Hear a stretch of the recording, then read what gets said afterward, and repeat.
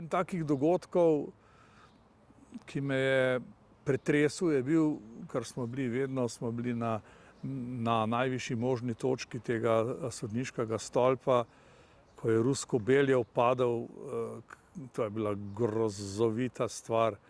Takoj po odskoku iz odskočnega pomola oziroma iz mize ga je zavrtelo, dobil je vrtinec vetra in padel je tam točno pred nami iz višine skoraj 8 metrov na glavo.